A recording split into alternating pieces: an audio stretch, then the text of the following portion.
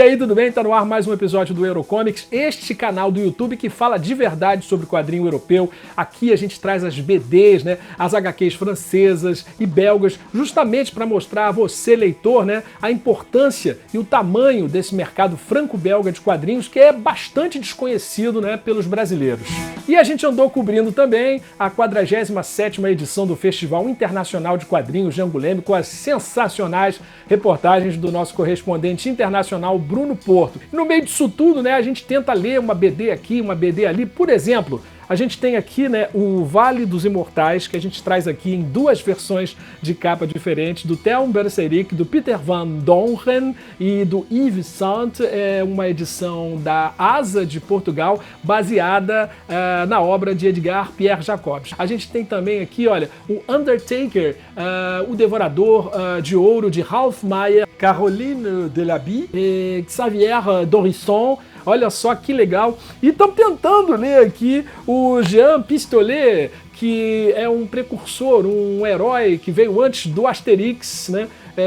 De Goscinny e Uderzo. Mas vamos voltar aqui, né, ao nosso festival de Angoulême. A gente vai trazer hoje uma matéria com o desenhista brasileiro André Valente, ele que já andou publicando pela Fluide Glacial. O Bruno Porto vai explicar melhor, os dois bateram um papo muito legal, inclusive esta entrevista ela é bastante enriquecedora para todo mundo que é autor de quadrinho e quer botar o seu trabalho lá fora na Europa. Então preste atenção porque você vai aprender muito, muito com esta entrevista do Bruno Porto com o André Valente, que inclusive foi o nosso entrevistador do Émile Bravot também durante o Festival de Angoulême na França. Vamos ver? Bom dia, PH. Eu estou indo para a Maison des Auteurs para encontrar o André Valente, o quadrinista de Florianópolis, mas que passou boa parte da vida dele morando em Brasília, que já está aqui na França há alguns anos e vai lançar uma série nova pela Dupuis agora em julho. E aí a gente vai bater um papo com ele sobre isso e sobre, enfim, o que um quadrinista que quer entrar em contato com editoras pode tentar fazer aqui, ligado ao festival. Estamos chegando ali, ele falou que está chegando daqui a pouco.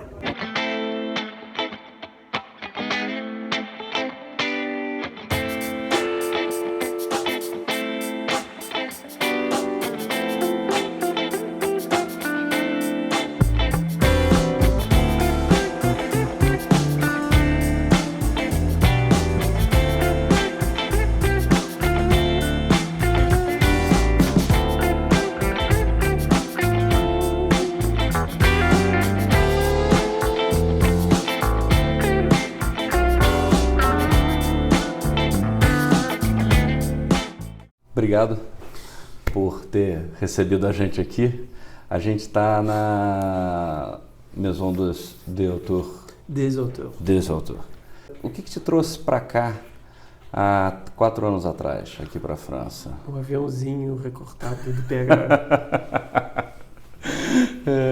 Você se mudou para cá quando? Em 2016. E você veio fazer o quê?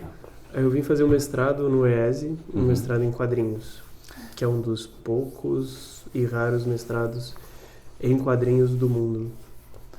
E hoje você terminou o mestrado. Qual foi a sua dissertação? A minha dissertação foi sobre a transposição de estruturas narrativas que a gente encontra em músicas e cânones musicais e fugas, e essa transposição para os quadrinhos. Tá. Principalmente no trabalho de Bach, Sebastian Bach. Mostra pra gente. Essa é uma versão em rascunho. Que eu fiz. O cânone mais famoso é o Frère Jacques, aquela cantiga famosa. Então, para um cânone acontecer, ele precisa repetir a mesma melodia, uma sobre a outra, para criar uma nova música. Então, eu tentei transformar o Frère Jacques em quadrinhos, Então a ideia é como que a gente decupa uma canção e como que a gente faz com que a ideia de sobrepor várias vozes de uma canção pode ser usada numa história em quadrinhos e ainda fazer sentido, que é o mais complicado, que é o maior desafio dessa proposta. E o que é sintopia? Sintopia, esse daqui é uma outra pesquisa que eu fiz, que é sobre a simultaneidade e pesquisa sobre o tempo nos quadrinhos. Existem várias formas de fazer com que mais de uma coisa aconteça ao mesmo tempo numa história em quadrinhos. Desde o texto que diz enquanto isso, até colocar várias coisas que acontecem na mesma página ao mesmo tempo. Então, desde RG e essa gente toda trabalha com tudo isso, mas eu encontrei uma estrutura narrativa, que são quando mais de uma coisa acontecem em tempos diferentes no mesmo lugar. E a gente pode mostrar todas essas coisas no mesmo cenário. E como isso não tinha nome, a gente tem nome para duas coisas acontecendo ao mesmo tempo, sincronia. Uhum. Mas não existe um nome para duas coisas acontecendo no mesmo lugar em tempos diferentes. Então, eu, com a ajuda da Maria Clara Carneiro e o Lielson Zene, a gente chegou no termo sintopia, que é o que o Frank King, por exemplo, faz no Gasolinella, e tem um italiano muito louco, Gianni De Luca, que faz obras do Shakespeare todas com o mesmo cenário. Aquele livro, o Here, o Aqui. Sim, o Aqui é uma versão ainda mais elaborada desse tipo de ideia, porque a gente tem as 3 dimensões, a profundidade, altura, e aí a gente tem uma outra dimensão, que é o tempo, que fica sobrepondo um pedaço em cima do outro, numa sobreposição temporal.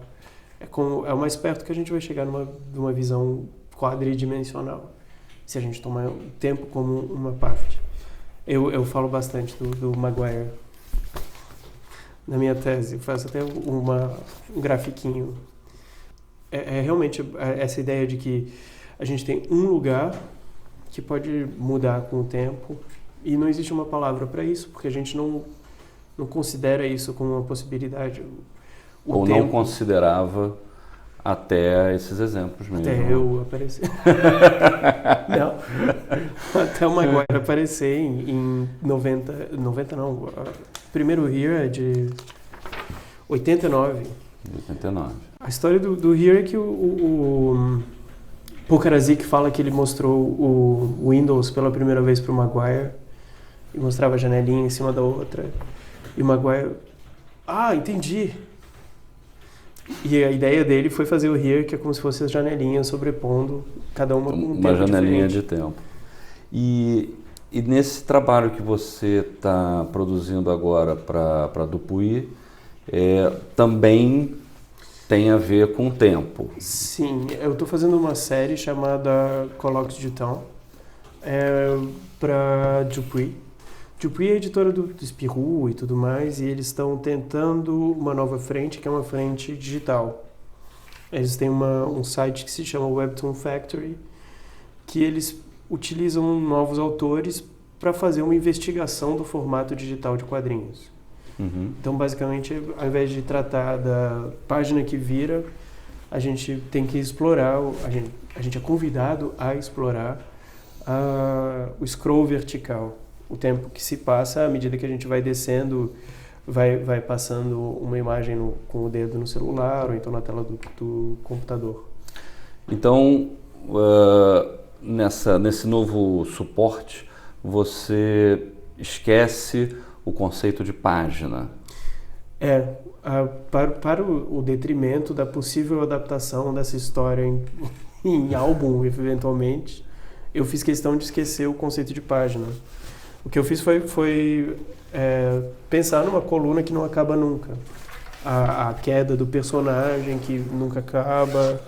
Então a gente continua tendo o quadro, né, o quadrinho a quadrinho. Sim. Mas você não vira a página.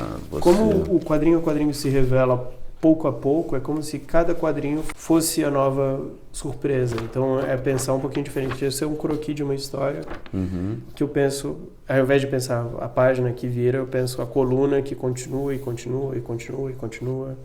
E eu já concebo as histórias pensando nesse tipo de formato. Aí, eventualmente, eu acabo fazendo a arte final, que são todos esses originais que eu tenho aqui. Você desenha na mão e Sim. você arte finaliza na mão também, Sim. faz arte final na mão, mas a pintura é digital. A pintura é digital. A pintura eu tenho uma assistente de cor genial, se chama Alice Prina. Acontece que ela é minha esposa, mas ela é genial mesmo sem ser minha esposa. Eu conheço o trabalho dela e não é rasgação de seda, não. Vocês podem ver aqui que as cores são muito boas. É muito trabalho que eu tenho que fazer. Eu tenho que fazer 24 episódios dessa série para um lançamento em julho. Julho de 2020, como é que ela vai ser publicada? Ela vai ser publicada semanalmente a partir de julho de 2020 no site. Os primeiros 3 episódios vão ser grátis e pagando uma mensalidade você pode ver os outros. Eventualmente, pode acontecer de aparecer um álbum, ou mais de um álbum, mas aí a gente ainda não acertou como que vai ser a transposição desse webcomic em álbum. Geralmente é o contrário. Eles já publicam, né, álbuns baseados nessas web séries. Sim, a Dupuis é uma estrutura tão grande que tem tantas frentes que é difícil saber o que começa onde e o que acaba influenciando o quê. Desde da revista do Spirou, Revista Spirou, que a cada edição mostra um pedacinho de um álbum que você pode comprar completo, até o próprio site Webtoon, que faz propaganda de histórias que acabam sendo publicadas em álbum e vendendo na livraria. Também é possível fazer alguma história que sai no Webtoon, vai parar no Spirou. No Spirou impresso. Do Spirou impresso, do Spirou impresso vai parar no álbum e do contrário. Entendi. Então é uma estrutura enorme com várias frentes, assim. E existem editores específicos, quer dizer, você tem um editor da Spirou Revista e você tem editores das séries web. Das séries Webtoon, Tá. Quem é o seu editor? O meu editor é o Julien Louis, que ele foi editor da revista Spirou. Entendi. Aliás, ano passado, quando eles fizeram uma brincadeira entre Fluide Glacial versus Spirou, o Julien foi um editor dessa brincadeira que eles fizeram, que uma revista invadiu a outra e eles trocaram de lugares. Então é um cara que trabalha de várias formas e tem várias brincadeiras nesse tipo de formato. No, it's really interesting because Andre is a teacher. First of all, he's a teacher of drawing, and he knows a lot of things about that. And he knows how to make the series better, and he knows how to write the series. So that's what I liked, first of all, and his drawing is just perfect. It's just like emotional, you know. You see his character on the series and you say, oh man, I just want to know what's going to happen with this character, and that's what I like. And also we just talk about panels. He doesn't have panels. And this is what I like, because it's like a long image, a long one, but a really, really, really long one. And I do like that because you don't have blank, you don't have white, you don't have dark. And what he did really well, it's like, for example, for a Screamer, the scrolling, it's really nice because you don't see the entire page of a comic book, for example. And with the scroll, you can just scroll and see, oh, wow, I'm surprised by this panel. And this is what he's doing, and he's doing really well, yes. Você mencionou a Fluide Glacial. Você publicou também na Fluide? Sim, eu fiz umas historinhas para Fluide. É meio complicado tentar compreender o humor francês, mas meu roteiro nem sempre emplaca. Mas o desenho funciona. E aí essa edição da Fluide Glacial eu fiz uma história, é uma edição especial videogame. Então eu fiz uma história interativa que você tem que seguir os caminhos diferentes para chegar em finais diferentes e ler uma história diferente. E eu também ilustrei essa matéria, essa história do George Bernstein, que é um autor famoso aqui, que ele fez uma matéria e eu dei uma complicada na situação, porque ele mencionava épocas diferentes do mundo e como que eram os videogames em cada época. E o que eu fiz foi fazer cada ilustração no estilo da época que ele mencionava. Então, teve um trabalho de pesquisa enorme, teve um trabalho realmente de tentar fazer emular o estilo da época e eles ficaram muito satisfeitos. Eu também gostei muito de fazer o trabalho, foi muito legal. Estando aqui em Angoulême durante o festival, é possível para um quadrinista encontrar com editores? É um processo fácil para mostrar portfólio? Depende. Se você tem um contato com o editor antes, você manda um e-mail antes e você começa a preparar uma reunião para durante o festival. Se você não conhece ninguém, você tem que entrar numa fila com a pastinha debaixo do braço para mostrar o portfólio para gente diferente que trabalha trabalha em diferentes áreas, diferentes editoras. Isso acontece no pavilhão Jovens Talentos. Também tem vários concursos que acontecem, que você pode se inscrever nesses concursos na tentativa de ganhar uma visibilidade. E também tem o bom e velho mandar um e-mail com seu trabalho, que isso funciona o ano inteiro. E isso é uma dica que o Edmond Baudouin, uma vez eu vi uma palestra dele na qual ele dizia que o mais importante, se você quer que o seu trabalho seja conhecido, é dar um rosto para o seu trabalho. Se aparece nos eventos, se aparece para os editores, se apresenta sem ser desagradável, e os editores pouco a pouco vão te conhecendo e vão tendo uma familiaridade com você, a pessoa. E quanto mais eles gostarem de você, a pessoa, mais difícil vai ser dizer um não. Eu acho que chegar só com o portfólio debaixo do braço é meio arriscado. O ideal é falar antes, conversar antes, ter já uma conversa com algum editor por e-mail, alguma coisa assim, ao invés de simplesmente chegar na louca. Ajuda muito saber o perfil de cada editora e saber se cada editora aceitaria o seu trabalho ou não. O primeiro e-mail que eu mandei para Fluid Glacial, eles não leram meu e-mail, se perdeu entre todos os centenas de e-mails que eles recebem por dia de gente que quer trabalhar para Fluid Glacial. Aí o segundo e-mail que eu mandei mais perto do festival, eu mandei com um desenho tão escabroso que assustou a estagiária. E ela falou, gente, vem ver, o que é isso? Meu Deus, que horror. E aí o editor falou, eu preciso conhecer esse cara. E nisso eu consegui apresentar meu trabalho, eu consegui colocar o meu pé na porta e eu consegui entrar. É necessário saber o que eles gostariam de ver. Senão você está vendendo geladeira para esquimó, você não sabe o que eles precisam, o que está sendo vendido naquela revista. Então, ter esse tipo de conhecimento do que você está vendendo e para quem você está vendendo é muito importante. Não é só chegar, eu quero fazer Batman, mas a gente não faz Batman, a gente só faz Tintin. Não combina. A gente mostrou num episódio aqui do Eurocomics a exposição que está aqui na Maison, né? o Cosmographie. Cosmographie. E o primeiro episódio dessa série da Dupuy está exposto lá. Tá exposto. Ele é um episódio que vai sair de graça no site, meio que para tentar viciar o leitor na série e querer saber o que vai acontecer depois. E, por exemplo, isso aqui já é episódio 4, é algo que você só vai poder ver se pagar. Se pagar. Mas eu tô com a série, eu tô fazendo a série inteira, tô fazendo até o fim. Você faz toda a série antes dela, dela ir ao ar. Dela ser publicada, dela ir pro ar. Porque quando ela começar a ir pro ar, ela vai sair um episódio por semana, o que é humanamente impossível de realmente desenhar. Produção.